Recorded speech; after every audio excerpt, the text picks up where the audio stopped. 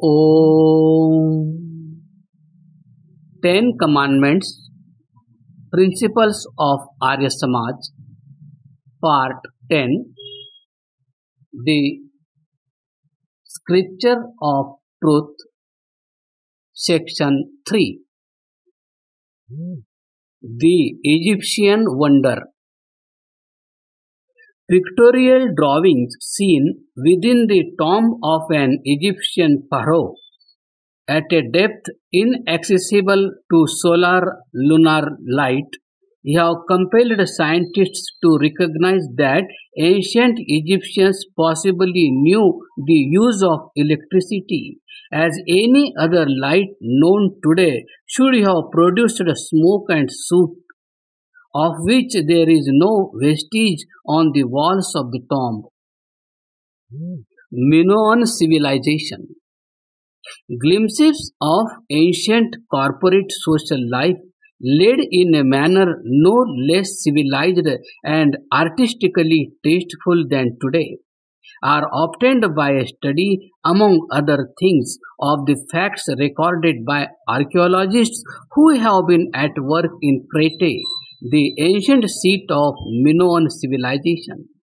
Sir Arthur Evans, in his presidential address delivered before the British Association for the Advancement of Science in 1916, recounted some of these discoveries. He said, "The marvelous Minoan civilization shows that Crete of 4,000 years ago must unquestionably be regarded as the birthplace of our European civilization in its higher former. But are we even then appreciably nearer to the fountainhead? A new and far more remote vista has opened out in recent years, and it is not too much to say that a wholly new standpoint has been gained from which to survey the early history of the human race.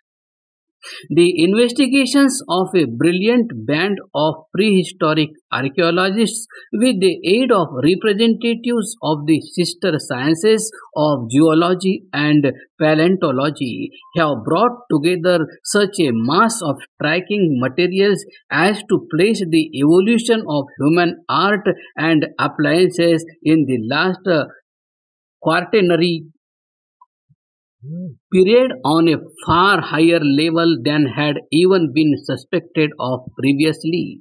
Certain investigations have revolutionized our knowledge of a phase of human culture which goes so far back beyond the limits of any continuous story that it may well be said to belong to an older world." Speaking of the Paleolithic frescoes executed with consummate taste and skill in pitch dark caverns by the aid of engraved stone lamps, he observed, "Such was the level of artistic attainment in southwestern Europe at a modest estimate some 10,000 years earlier than the most ancient monuments of Egypt or Chaldea. Nor is this an isolated phenomenon. One by one characteristics, both spiritual and material, that had been formerly thought to be the special marks of later ages of mankind have been shown to go back to that earlier world." It is difficult indeed in a few words to do adequate justice to this earliest of European civilizations. Its achievements are too manifold.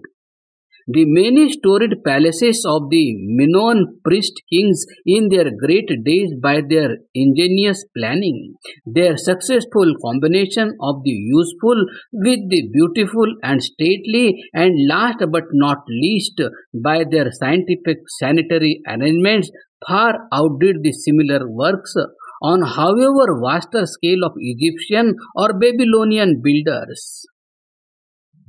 What is more, the same skillful and commodious construction recurs in a whole series of private mansions and smaller dwellings throughout the island.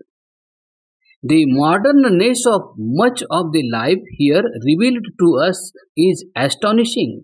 The elaboration of the domestic arrangements, the staircases, story above story, the front places given to the ladies at shows, their fashionable flounced robes and jackets, the gloves sometimes seen on the hands or handling from their folding chairs, their very mannerisms as seen on the frescoes painting, their conversation with animated gestures, how strangely out of place would it all appear in a classical design.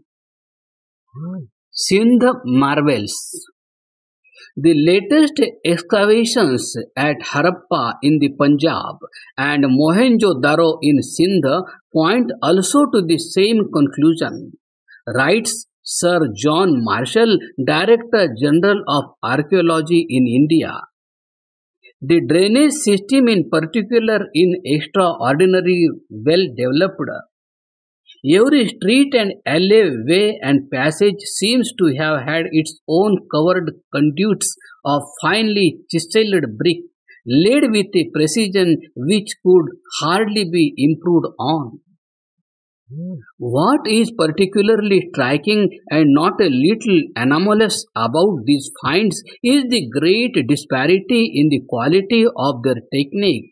Rough flakes of chert, for example, which served as knives scrapers, have been found in hundreds all over the site, and these utensils are as crude as such objects could well not be.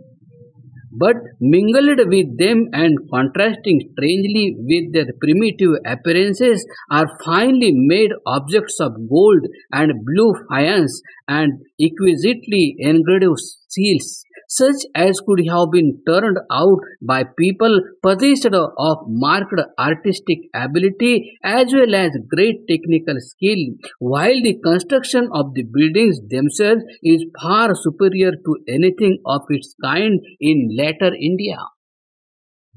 Most of the buildings are divided into good sized rooms, furnished with their own wells and bathrooms, floored over with brick, and provided with covered drains connecting with larger drains in the side streets. The existence of these roomy and well built houses and relaxedly high degree of luxury seem to be taken a social condition of the people much in advance of what was then prevailing in Mesopotamia or Egypt.